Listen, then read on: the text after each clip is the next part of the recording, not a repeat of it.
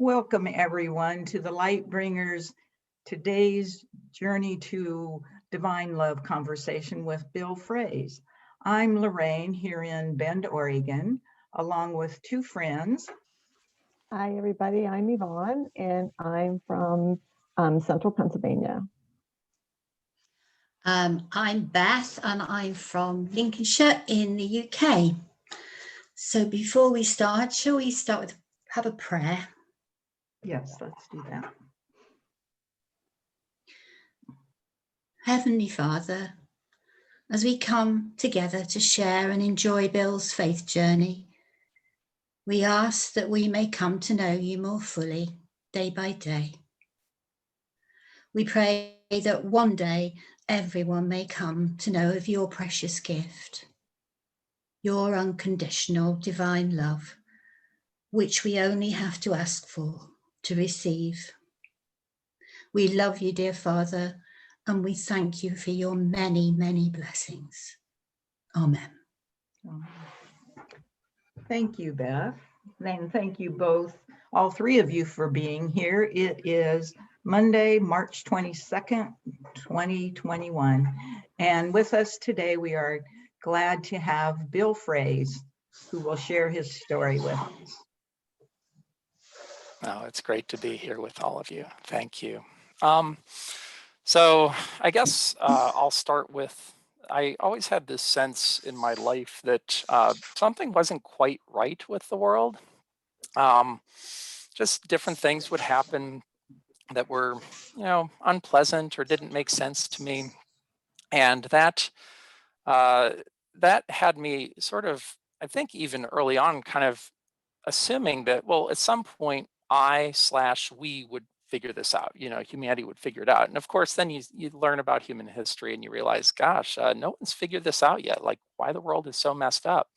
But I kind of kept on that path. I'm like, oh, somehow I'm gonna get some key piece of information that's gonna make this whole thing better, and we'll figure it out. And once we get that, the world will be a much better, happier, kinder, gentler place and everything. So I kind of kept on that track until my final semester in college, in undergrad, and I had what I'll just call it a mystical experience, where basically I lost track of time and space. I have no idea how long I was in this. I couldn't tell when I didn't know. It was really amazing, and I came out of it. And these experiences always have what's called this noetic quality, meaning that you feel like you know something you didn't know before.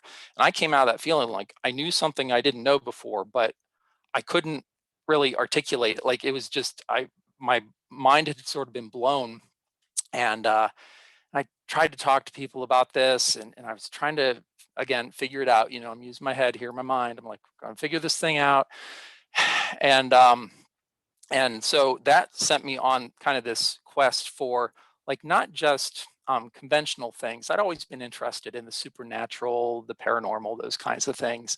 But this experience was so far outside of my previous experiences. It blew away what I thought I knew, and what I didn't know. I realized that even though I'd had this experience with all this knowing, there was so much that I didn't know. And so it put me on this kind of new quest to really basically answer the question of how is that possible? Like, what is this reality that I experienced that I didn't even know existed? I didn't think it was real. I was just used to sort of typical mundane material reality. And so that set me on a quest, and I continued my education in graduate school. I studied sociology at Penn State University, and while I was there, I had studied all these different teachings and read all these books on all kinds of interesting esoteric philosophies and quantum physics and all this stuff. And at that time in my life, I started being really troubled by I'll just say my past. I'll just call it past trauma, and I just really came to a place where I did not feel good about myself. And it's hard to describe, but it kind of came to a head within me where I just, it was hard feeling like I could live within my own skin. And I'd done enough studying of different things to realize that killing myself wouldn't really help things any, that I'd just go into the afterlife and really be unhappy there too. So I was like, I'm in this dilemma. Like I'm feeling this burden, like on my heart more as opposed to my mind. But I mean, the memories were fairly painful and everything. And I just, I didn't know how to fix this, get rid of this, heal this, whatever words. I couldn't figure it out. And I came to a point where I'm like, I can't continue living like this. I couldn't imagine like living this life and then the next life carrying this burden that I this kind of emotional wounding that I carried with me for the rest of my existence. But in that sort of almost despair of like, my gosh, I'm never going to get out of this. It feels like this prison that I'm in, of kind of suffering and pain and everything. I had like this faint hope that, now I would attribute it to my core self, my soul, that was kind of like, well, maybe someone knows how to heal this. Maybe there's a way and you just don't know it. You haven't figured it out yet or whatever. And so then the thought occurred to me, oh well, you know, I was brought up, I guess, in the Presbyterian church, as a youngster. Hadn't taken that very seriously, I don't think. But I had this idea. The idea was, okay, maybe Jesus knew something, and if I find that, that will help me heal this thing that has me so troubled. And so this was pre-Google, so I used Netscape on a Unix server in graduate school to search something like Jesus's real teachings or something like that.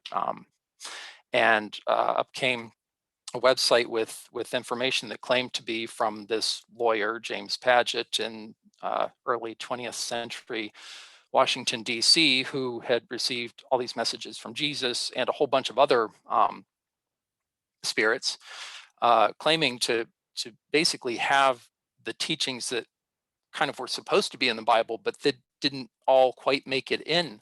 And so I started absorbing this, and the messages kept saying over and over again, ask for divine love, ask for divine love, ask for divine love. I'm like, and then it's like, and it'll kind of take care of everything. And I was like, well, I don't know if that's really true or not, but I'm going to give it a shot, because I got no other plan. Nothing else is working. I'm in misery here.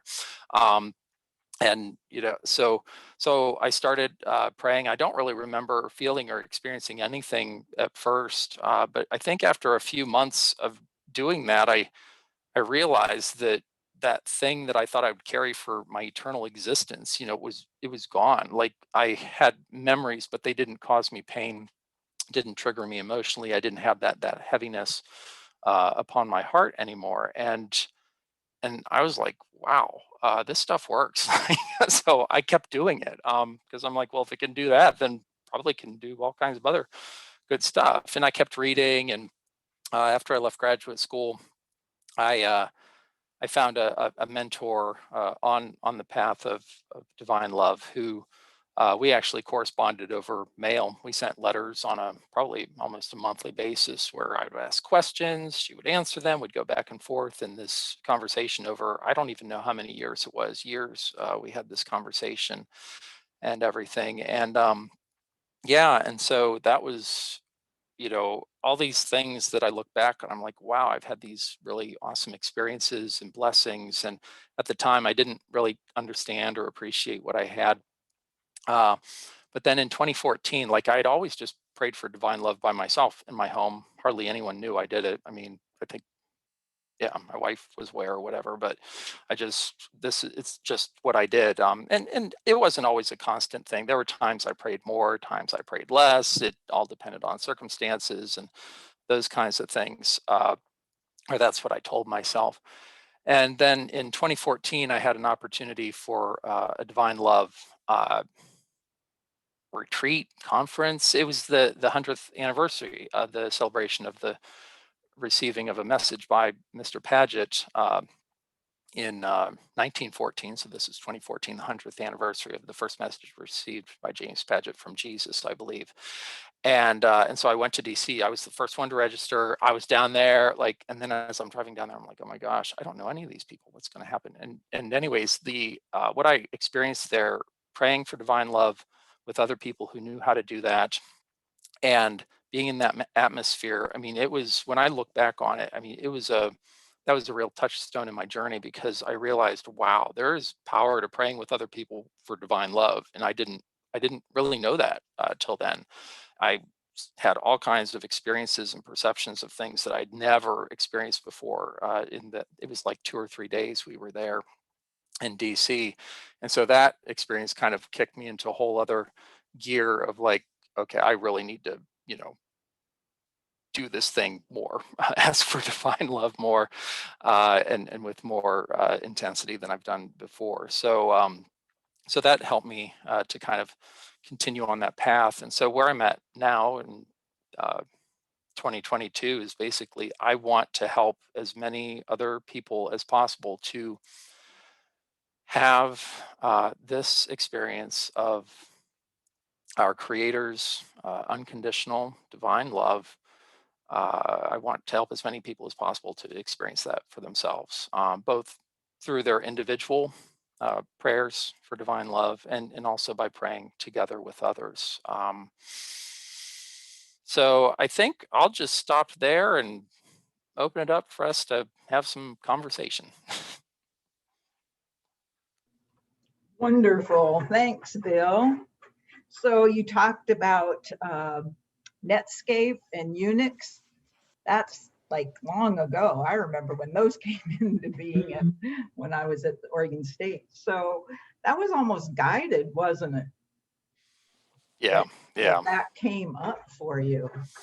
Oh yeah, yeah, because on a Google search now you can find a gazillion websites, but back then, I mean, the fact that I was able to find that, I don't even know like how soon before that it had been posted. And yeah, so I'm when I look back at my whole life experience, I mean, from my earliest memories to now, I kind of stand in awe of all of these things, all the forms of guidance and protection, and everything that I've received over the course of my life. Yeah. So yeah, for sure. I'm amazed. What I used to call coincidences.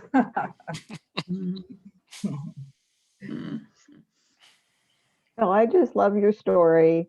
And I love the fact that you can look back and you can see where you were guided, even when you were guided to go down, even when you were guided in ways that were not really positive, to you, where you found you were in this darkness. Sometimes, you need those kind of things to make you think outside the box, make you think of other things. And so that's, just really beautiful. How One of the things I struggled with when I found divine love was to pray differently. And what was your prayer practice like before you found divine love? And what is your prayer practice like now that you have divine love? Okay. Yeah, that's a great question. Before divine love, my prayer practice basically consisted of, whenever I would get myself into trouble, I'd ask God for help. So it was this, I call it a kind of uh, rescue fantasy prayer life, like, oh, I've really blown something up. God, help me now that I've blown it up. So that was prayer life before divine love. Once I found divine love, I realized from the messages, and from my own experience, I mean, the pain that I experienced, there was mental anguish to it, but there was also this deep, I mean, it was in my heart. I felt it in my heart. I'll call it discomfort, literally in my heart area. I could feel almost like these energetic walls around both my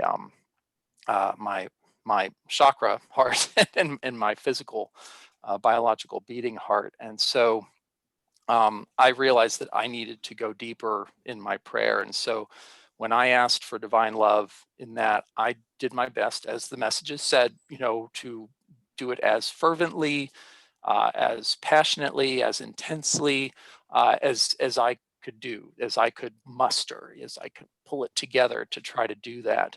And so that's my prayer practice. I mean, that was the beginning. So I call that the way of poverty in my book Soul Fire, where I realize I lack something and I need something, and so I'm going to ask for it like I don't have it and I need it to live, like, and I can't live without it. So that was the beginning.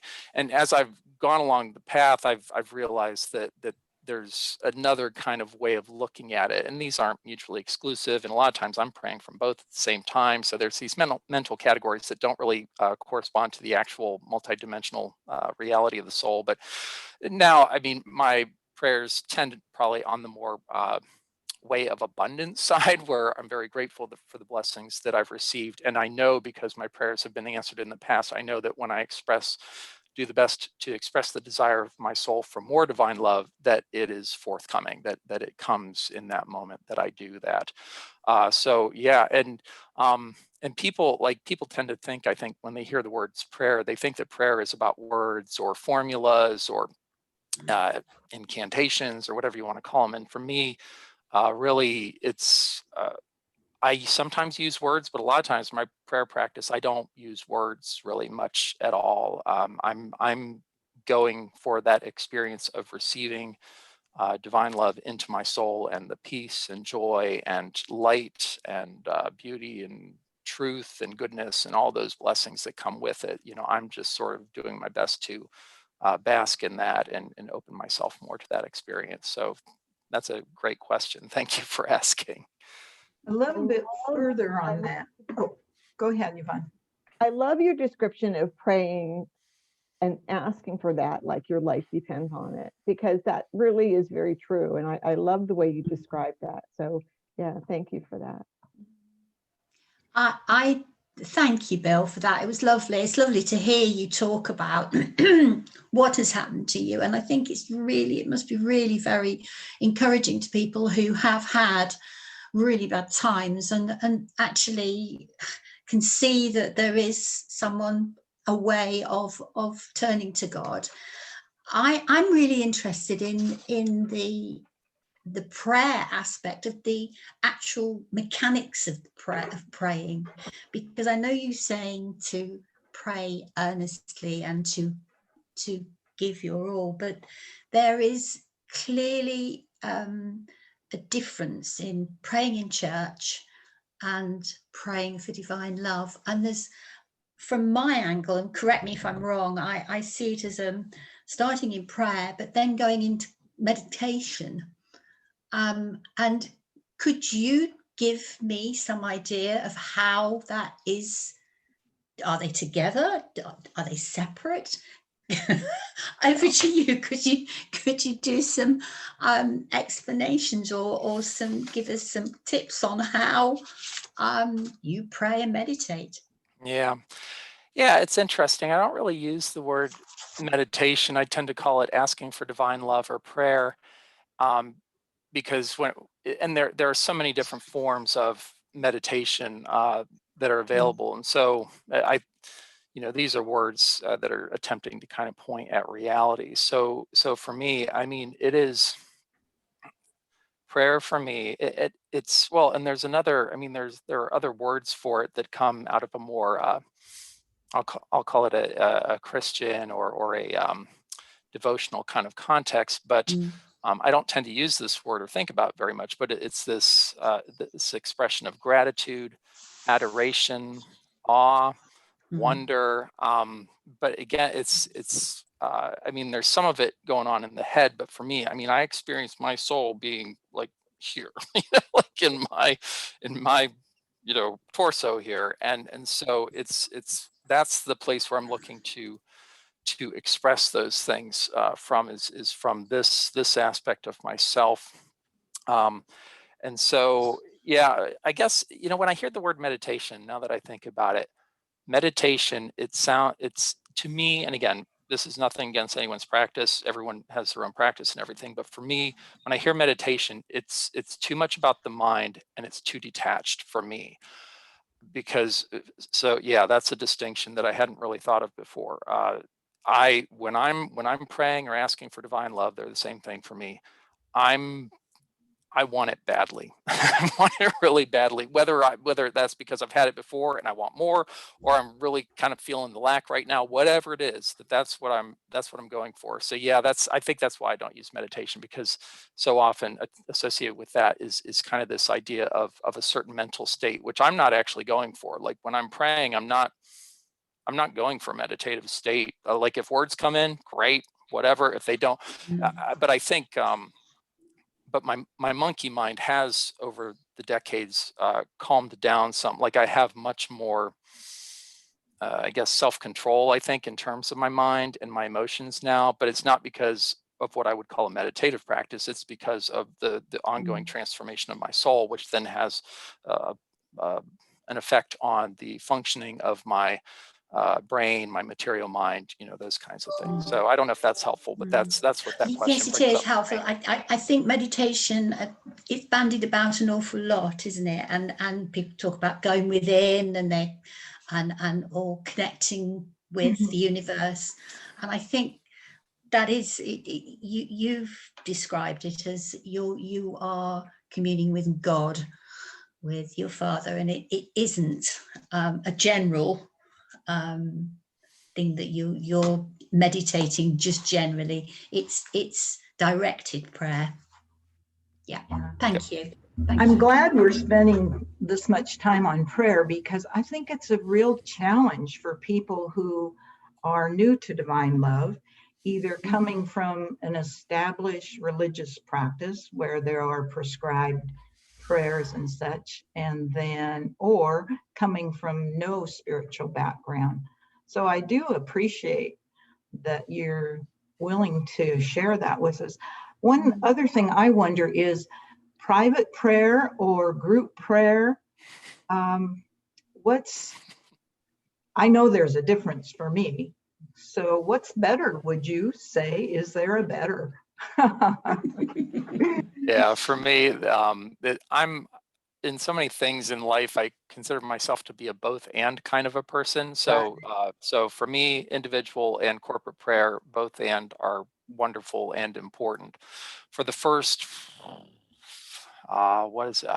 however many years of my journey, I prayed by myself. I wasn't even aware that angels were praying with me at that time. I didn't have those perceptions. I didn't know that that was happening. I now have those perceptions. I now know that, but back then in the early years, I didn't know that.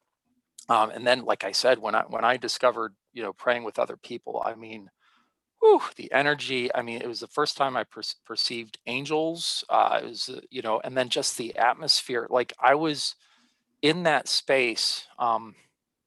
Like even when we weren't in prayer, I remember being in there was like a cafeteria kind of set up there. It was really cool. It was like going back to school or something. But I'm in the cafeteria line, and like I'm just feeling all this love for the cafeteria workers. I'm like, what? My mind is like, what is going on here? And then I'm realizing, like, wow, there's some kind. I had never experienced conditions like this, so I call them conditions or an environment where the conditions in that space were lifted up to a whole other range of energies and perception. And again, I'd never experienced that before at that scale.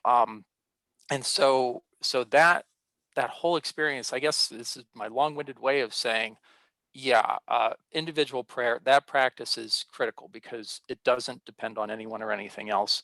And there are lots of ways to do that, but praying together with others, whether it's one or more, you can experience all kinds of really wonderful blessings that way.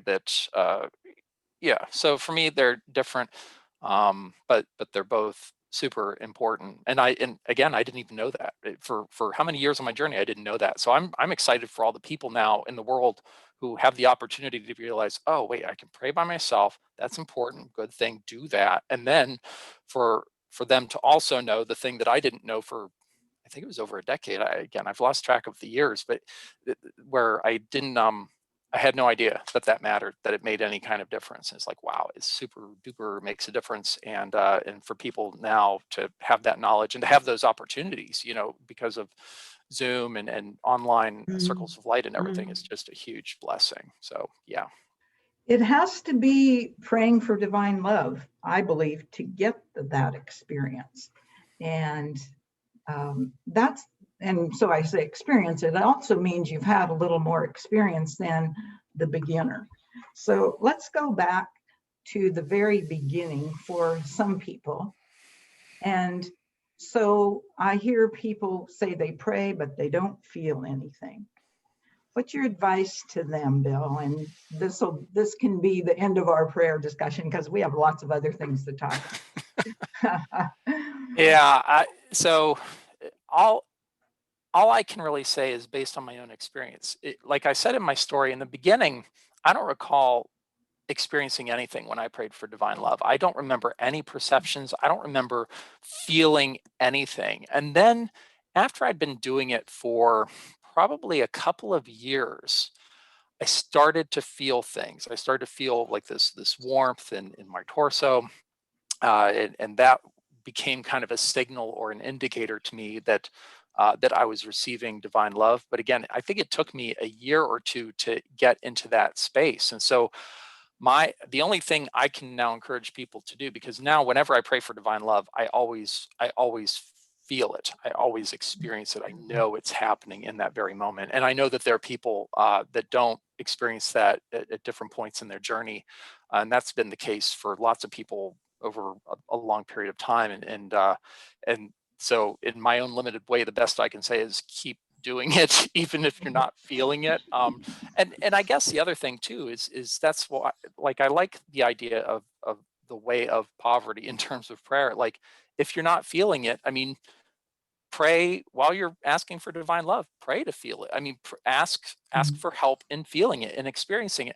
And again, different people are going to have different perceptions of this. For some people, they feel this deep peace. Others, it's joy. You know, each soul is unique and individual, and so those perceptions are very subtle in the beginning, and then they grow with strength and intensity over time. And my concern is that there are a lot of people that they start out, they're like, it's not doing anything, and they quit. You know, and I would just want to encourage people to keep going even when it doesn't appear to be working, because the evidence will prove itself over time. It will happen. I mean, how you treat people will be differently. How you think about things, something you use to distract yourself will go away. I mean, it's again, everybody is a unique soul, so it's everybody's experience of the effects of divine love on their life is going to be unique, but they're always good. That's very encouraging. Thank you. I have another question. Bill, I know that you have a son, and have you introduced him to divine love? And if so, how did you go about doing that? Yeah, that's a good question. The way that I've done it is that, how do I put it? I've done my best to be it for him. So I've he's over the course of my life seen me pray, you know, because I would pray in his presence. Not I'm praying fairly frequently. So I my sense of it was, I guess, and I'm not saying this is the right way or the best way or anything like that, but for me, I felt it was important for him to see me practice, for me to be the kind of dad who is doing his best to express unconditional love toward his son, to the best of my ability. Um, so yeah, I haven't really engaged in that. Like, I haven't said, okay, Liam, we're going to pray for divine love. Not like we haven't done that. And I don't know why. Yeah, it's a very interesting question. But he's aware of it. I mean, we talk about deep topics all of the time, you know, about spiritual things and all of that. And you know, and he's yeah. So I guess the way I look at it now is I consider him to, you know, to be on his journey, and that, you know, he'll discover what he needs to when he does, and that, you know, he has access to all the tools and information that he needs, and obviously my love and support as well. I had another thought there, but went. So yeah, I'll leave it there at this point. I think I think that's a beautiful way to do it. I know that by the example that I saw from my own mother, in praying every day, seeing her do that, even though it didn't do a whole lot for me when I was young, it really did affect me in a lot of ways and helped me develop a very good prayerful life. So I think by example is a great way to do that. So thank Yeah. you. Yeah, thanks, Yvonne. And now I remembered what I was thinking, of course, is that like my parents, I attended a Presbyterian church, but I didn't, my parents didn't really force their specific religious perspectives on me, which in retrospect, I consider that a blessing. I'm very grateful for it because then I had less to kind of overcome or undo in terms of that kind of upbringing, because I have seen a lot of folks in my life who they were brought up in a very, I'll call it a religious context, and then they end up rebelling against that, and they don't have anywhere to go. So yeah, I guess I was concerned too about I'm not interested in generating resistance in other people. So that's probably part of what it was too, that my approach has been as much as possible to be invitational, but not, expressing a hard expectation or a demand or something that someone comply with, because that's not how I've experienced the Creator's love for me. The Creator has been inviting me my entire existence to experience divine love, and for most of my life, I said, well, either I don't know about it or I don't care. But so yeah, I guess that's part of it too. So thanks for bringing that up. I appreciate it. Bill, could I ask you, continuing on the theme of having a faith or going to church or having religion, that's a very open thing. People see you going to church, and people are aware that you're following a faith. And I've found, as far as moving away from the church that I go to and then going into a more spiritual situation and talking about divine love, people are, I've found, not so receptive in listening to a belief that they cannot understand, they cannot they have no concept of. What's been your experience have you talked to people at work, friends? What's been your experience of that?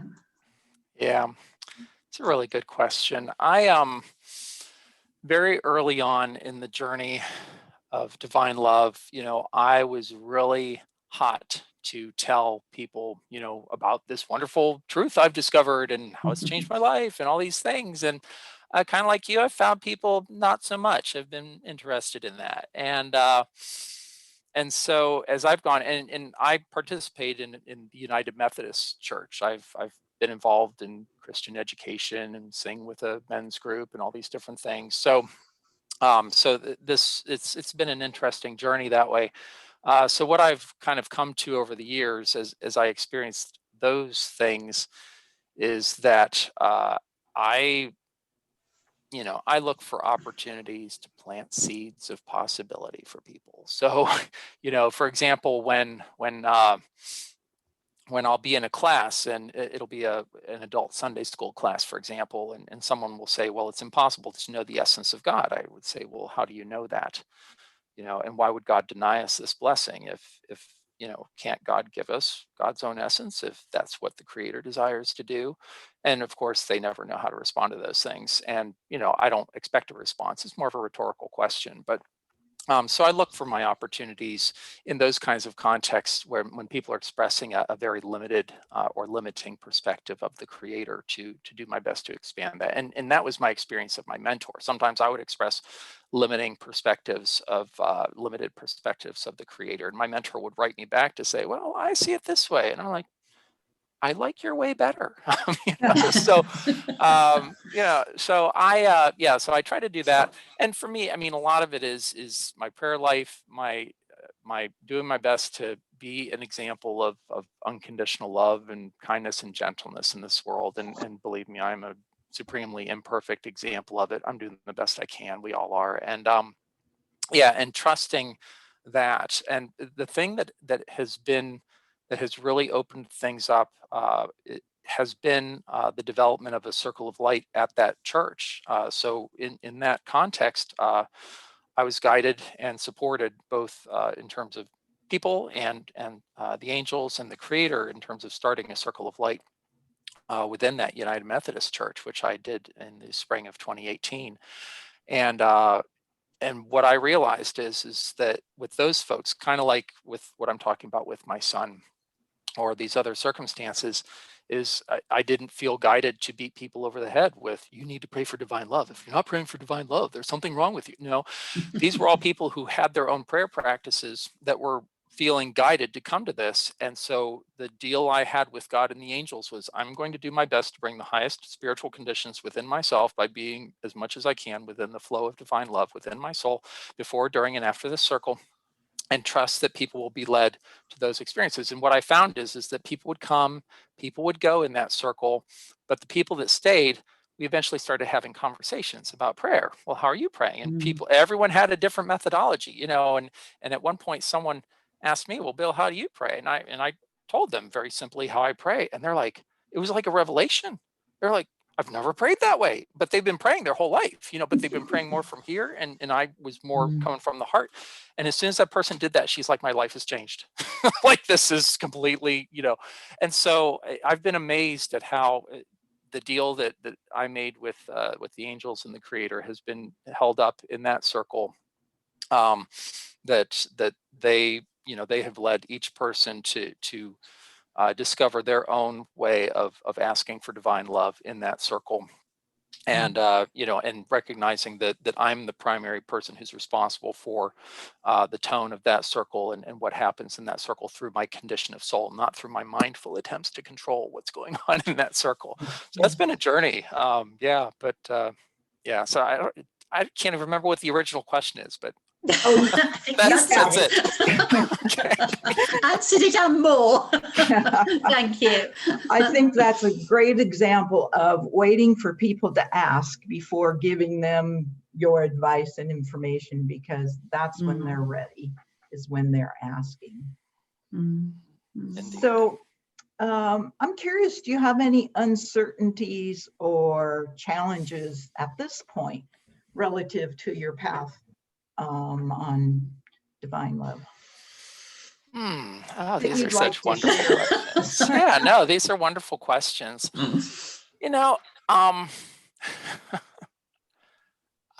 Gosh, I feel weird saying this, but no. That's awesome. I mean, like, it feels almost like I should be like, oh yeah, I'm really struggling with this right now. No, I'm not. Because it feels right? Because of what I know in my soul. Like, I've played these experiments with myself, these games over the years, where I'm like, what if I found out that this thing I believed wasn't true?